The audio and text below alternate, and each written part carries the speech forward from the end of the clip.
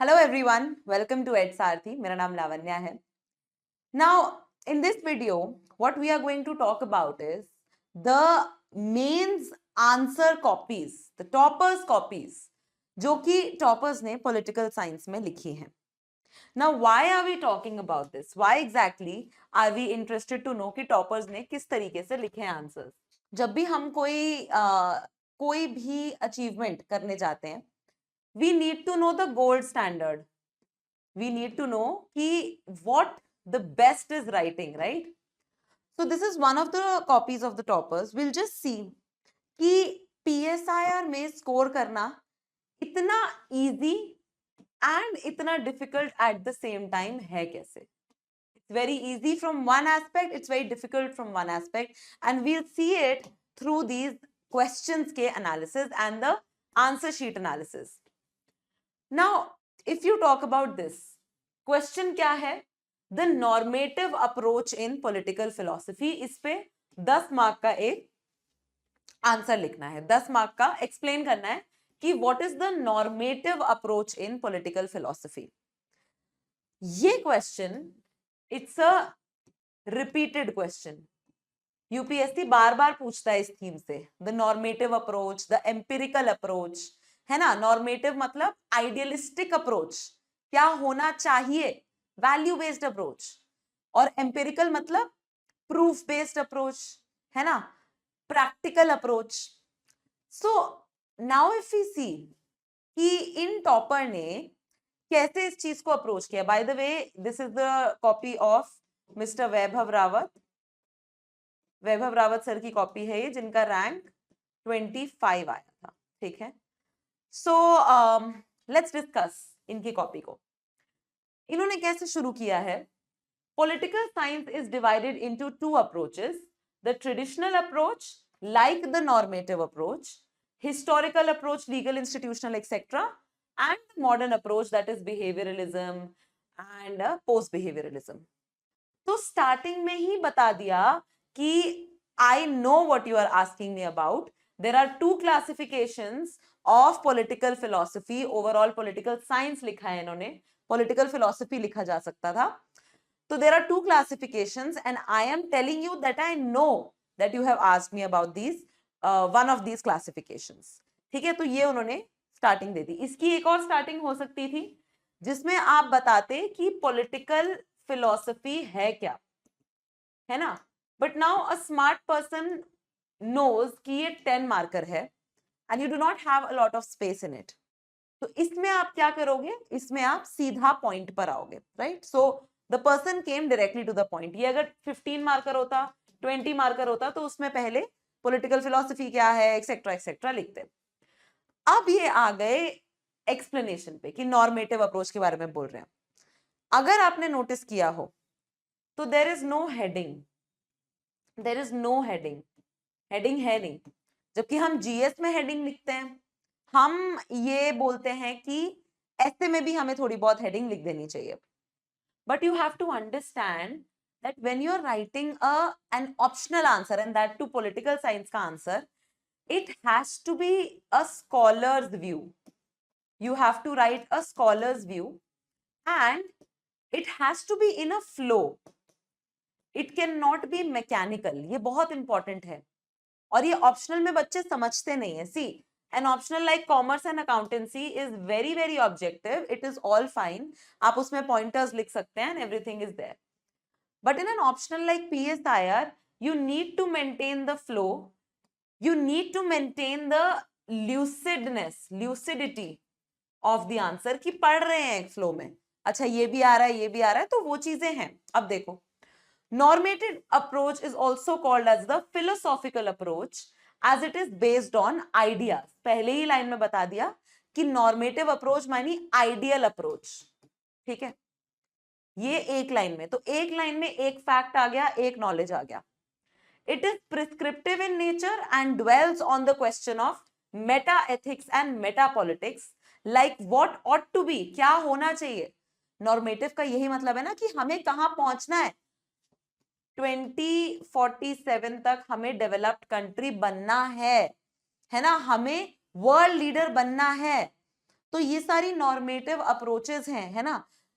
देश में क्राइम नहीं होना चाहिए, ये एक आइडियल अप्रोच है, right. For example Plato's Republic is the conception of an ideal state. Normative approach combines ethics with politics. अगर आप देखोगे तो इस एक पैराग्राफ में इतने कीवर्ड्स है ना, इतने कीवर्ड्स हैं कि कहीं भी कुछ मिस हो ही नहीं रहा है. आइडियलिज्म ले लो, प्लेटो ले लो, प्लेटो की बुक का नाम ले लो आप, then you talk about ethics, you talk about prescriptive versus descriptive, है ना. जैसे जो प्रोसेस मैं अभी फॉलो कर रही हूँ, this is a descriptive process. अगर ये शीट बिना दिखाए मैं आपको बताऊंगी that this is an ideal process, this is an ideal answer, आपको ऐसे करना चाहिए, ऐसे करना चाहिए, it will be a prescriptive process. मैं आपको प्रिस्क्राइब करूंगी.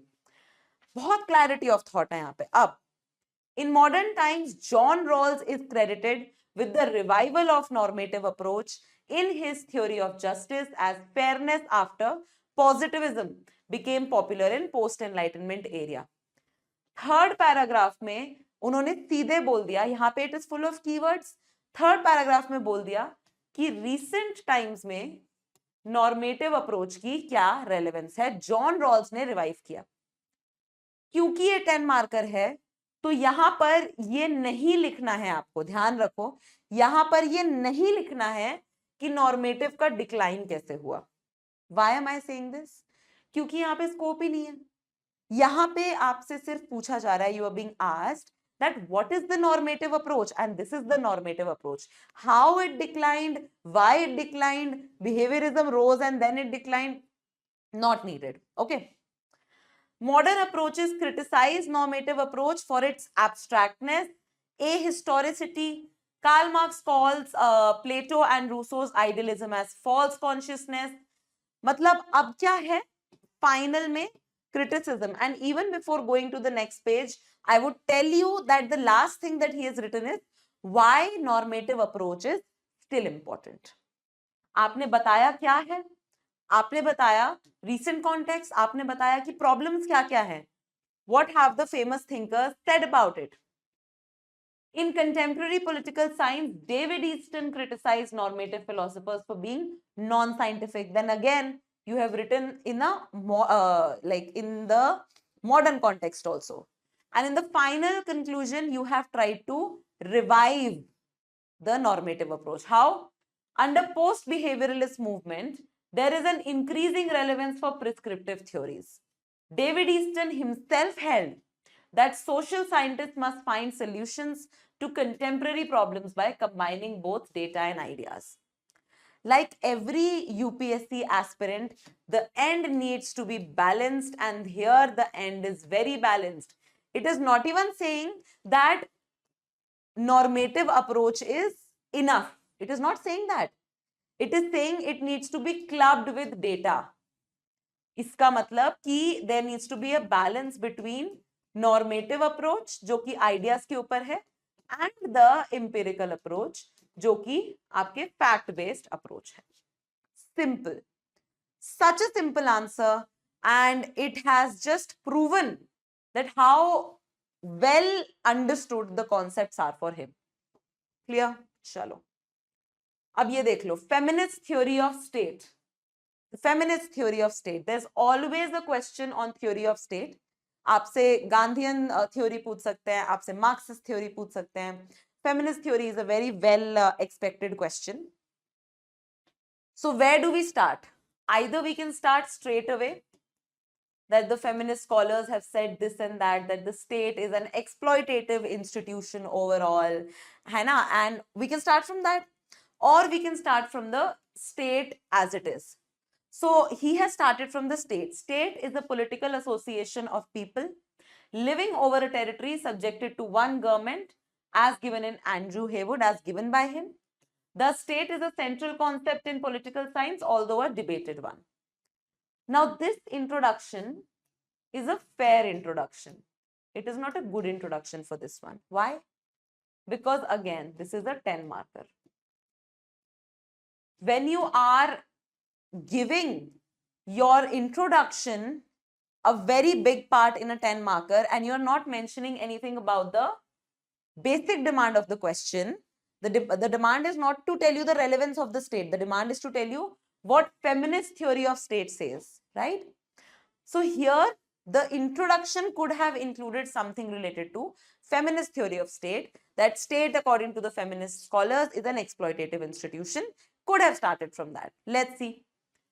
Feminists are criticized for not having a single comprehensive theory of state. But there are two major threads.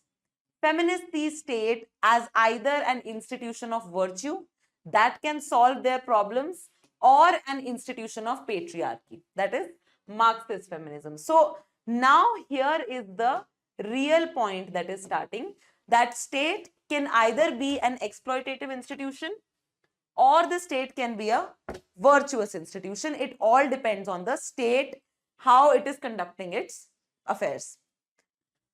Then he has talked about Mary Wollstonecraft.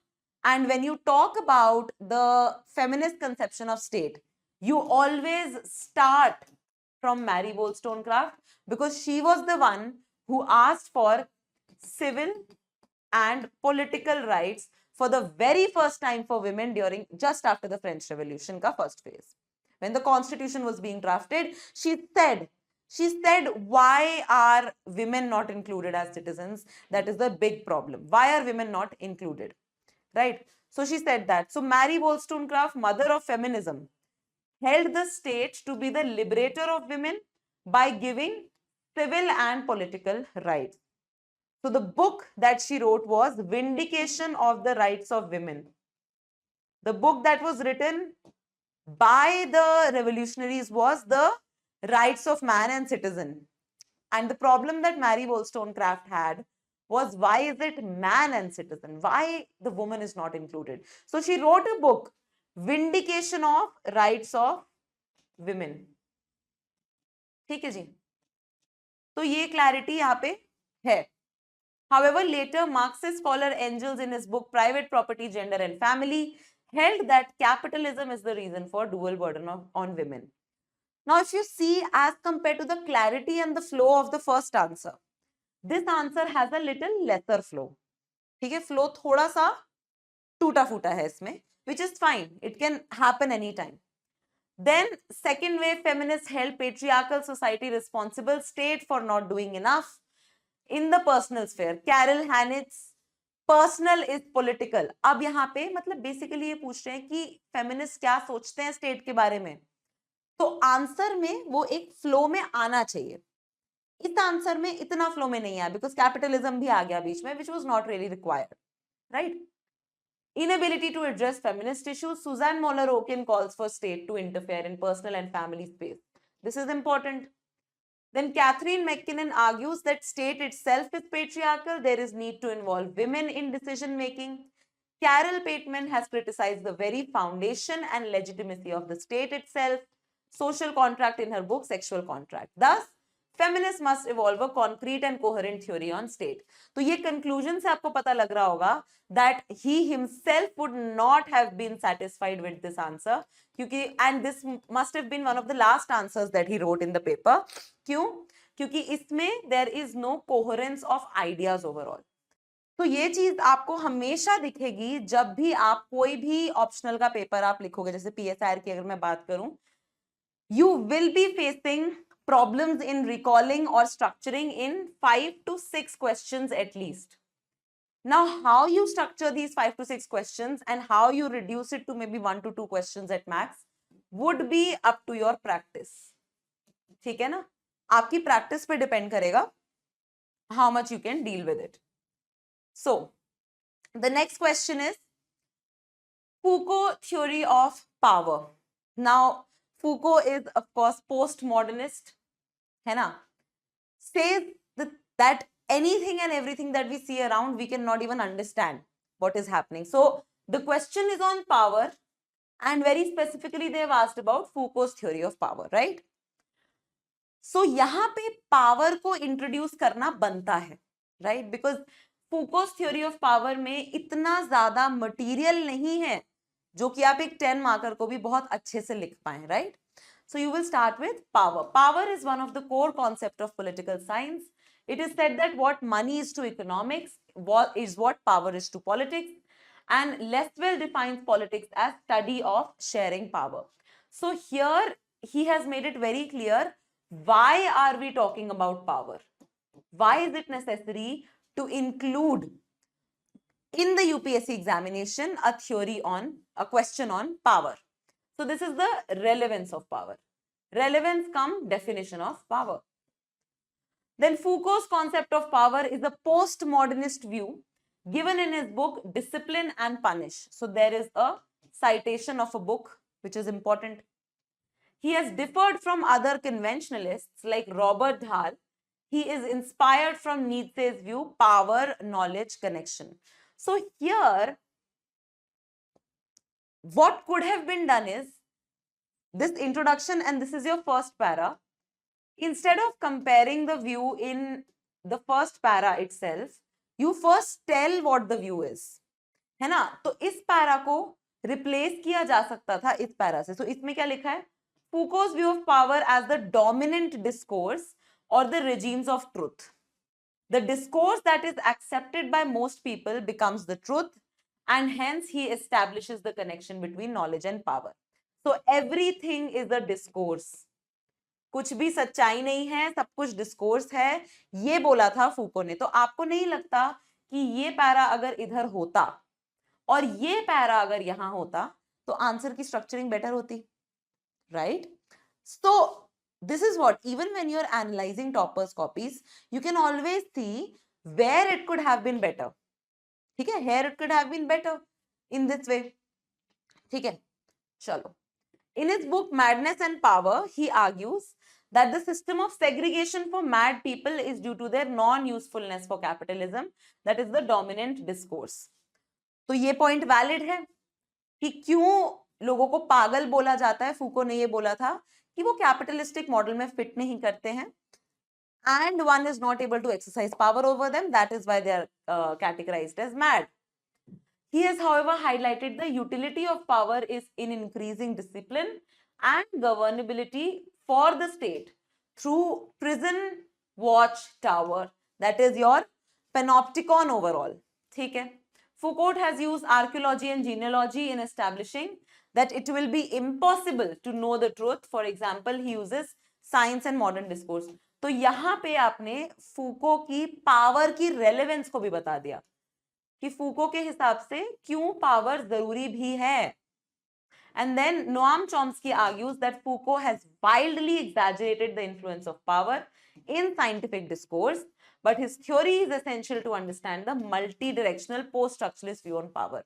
So my point is, जो मैंने आपको पहले बताया था कि Foucault's theory of power में बहुत ज्यादा कुछ है ही नहीं. उसने एक ही बात बोली, everything is a discourse, knowledge is power, यही बोला है बस. तो उस पे आप 10 नंबर का आंसर बनाओगे भी कैसे? You have to introduce power, you have to tell his view, you have to tell his criticism, you have to conclude why Foucault still thinks that power is relevant. So my point is, after analyzing these 3 answers that the topper wrote, I would like to tell you कि writing the answers of PSIR is a very interesting journey. Let me tell you कि जो भी concept आपसे पूछा है, मान लो आपसे concept पूछ लिया है इक्वालिटी का, ठीक है, या फिर आपसे कॉन्सेप्ट पूछ लिया है जस्टिस का, तो जस्टिस से ये 10 चीजें पूछ सकते हैं और हमें डर ये लग जाता है कि अच्छा ये आ गया तो ये लिखूंगा, ये आ गया तो ये लिखूंगा. बट प्रॉब्लम हमें ये पता नहीं है कि everything related to justice is interconnected. Distributive justice, Rawls concept of justice, Plato's concept of justice, इतने सारे कॉन्सेप्ट जितने भी हैं, they are building upon each other. All you have to do is from this polygon, you have to just structure it into an arrow. Intro, body, body 1, body 2, let's say body 3, and a conclusion. यही तो करना है, और क्या करना है? So for that, I have discussed these toppers copies with you, this topper copy with you, and I hope it has helped you to understand कि कुछ ऐसे बहुत अनोखा नहीं लिखना होता है. You just have to replicate the knowledge that you have. Of course, knowledge होनी चाहिए. ऐसे नहीं है जैसे GS में अगर आपको कोई रैंडम क्वेश्चन भी आ जाता है, आप कुछ ना कुछ इधर उधर से लिख सकते हो. PSIR में ये चीज नहीं है, बट PSIR में एक्सपेक्टेड क्वेश्चंस हैं, especially in 3 papers, paper 1 part A, paper 1 part B, paper 2 part A, and even paper 2 part B का 50% हिस्सा is very predictable. Predictable, you can literally predict about 80% of the paper. Are you understanding? You can literally predict about 80% of the paper, and that does not give you, that leaves you with no excuse to not be confident about PSIR. Okay? So that's all I wanted to share with you. I wanted to share this toppers copy analysis. I hope you enjoyed this discussion because I really wanted to share this with you. And ठीक है, अभी देखो, just see how you want to take forward your optional preparation. जो भी है decision आपका, in the sense कि you want to go for daily answer writing, you want to go for just the test series, you want to go for nothing and rely on yourself, it would all depend on where you stand in the subject. After all, UPSC is a relative performance. You have to do better than the others. You cannot get 100 on 100, as in 250 on 250 you cannot get. You just have to do much better than the others are doing, right? Chalo, with this, I'll end this session. Take care, everyone. Bye-bye.